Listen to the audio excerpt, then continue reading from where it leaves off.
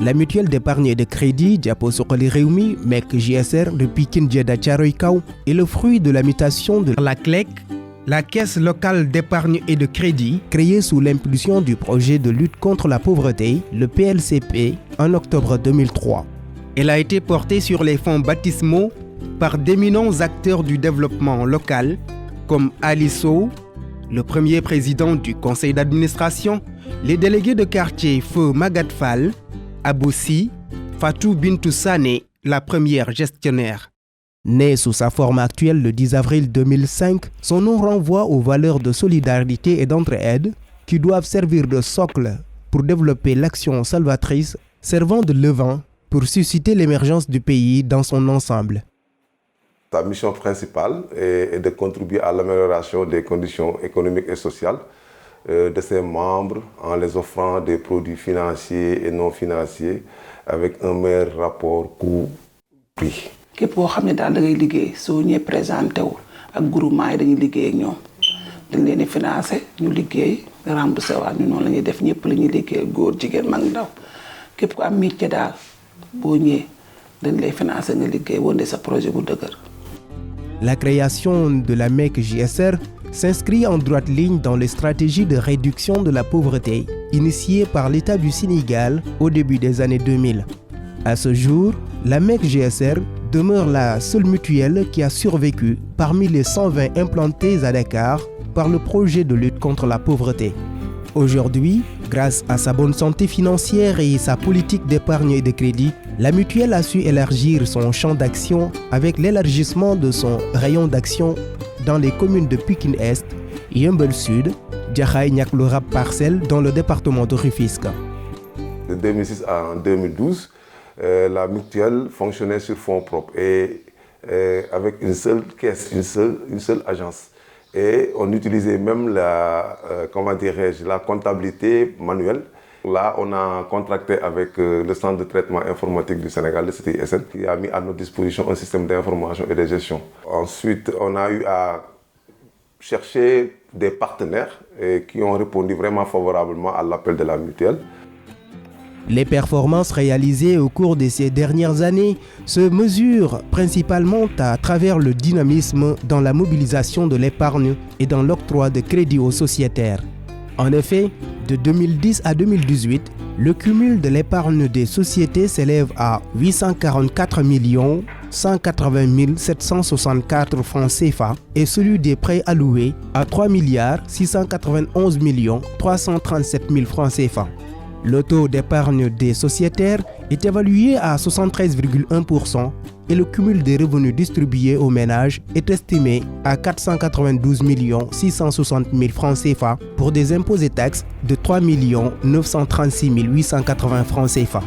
Ces performances se justifient notamment par l'ancrage social matérialisé par la confiance des communautés et le rôle de la MEC JSR dans les efforts de lutte contre la pauvreté. En 2018 et 2020, la mutuelle a mis sous les fonds baptismaux un produit dénommé le tout petit crédit. Donc ce crédit visait à renforcer l'inclusion financière,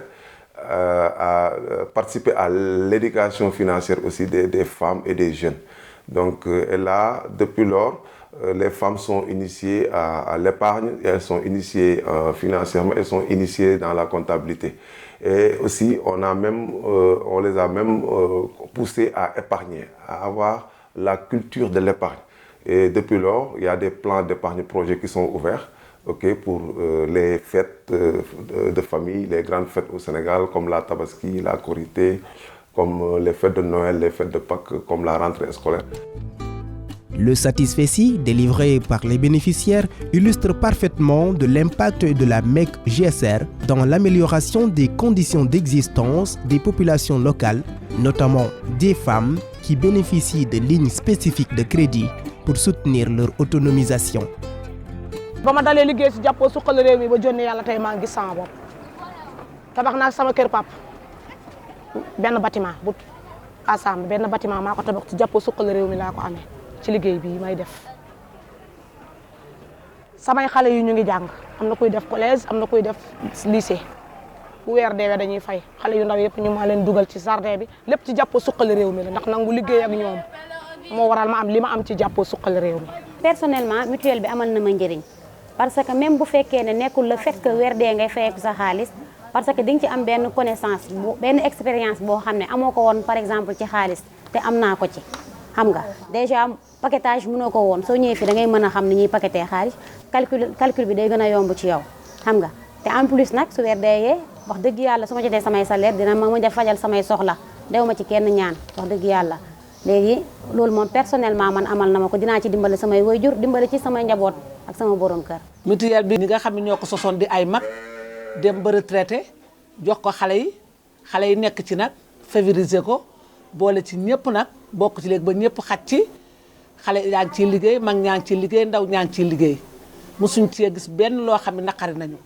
ñun ñi nga xam ne tey man mii ngay laaj tey doxuñ ci lu dul buñ ci gisee loo xam dañ ko ci war a wax ko ci muy lu baax pour lu jëmee banque bi kanam.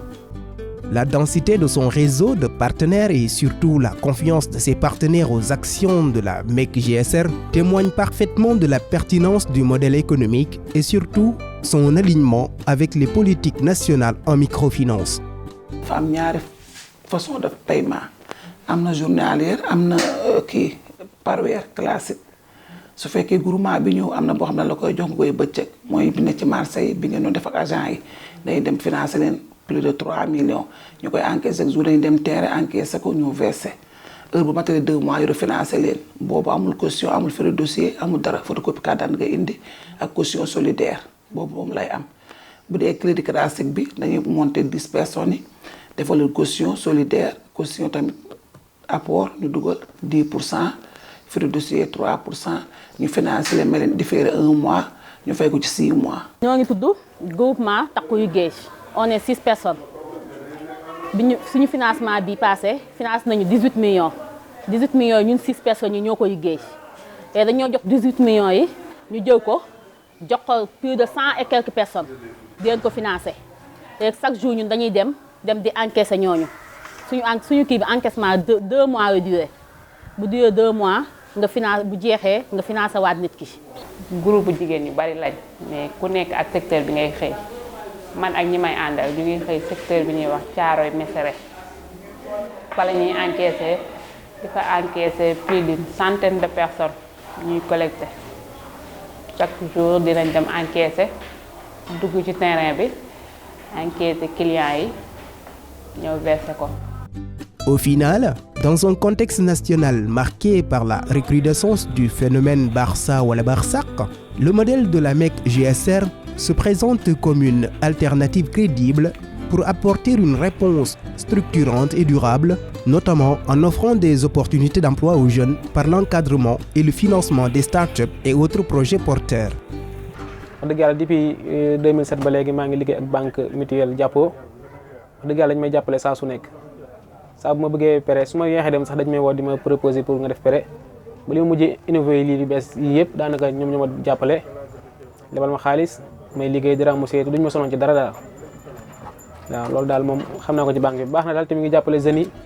L'État du Sénégal et ses partenaires tiennent à travers cet outil, qui est la MEC GSR, un excellent moyen de changer positivement la vie de milliers de citoyens qui souffrent encore de la pauvreté et qui restent toujours en rade.